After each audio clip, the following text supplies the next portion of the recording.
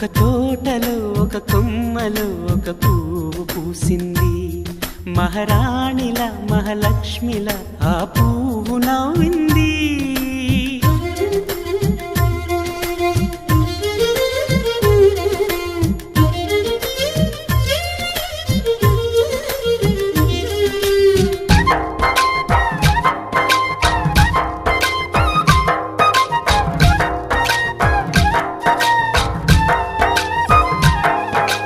ఎన్నో రంగుల పువ్వు, ఎండ కన్నే ఎరగని పువ్వు, సుందరమైన పువ్వు, పలుసు గుణాలున్న పువ్వు, ఏ గుడిలో అడుగు పెట్టును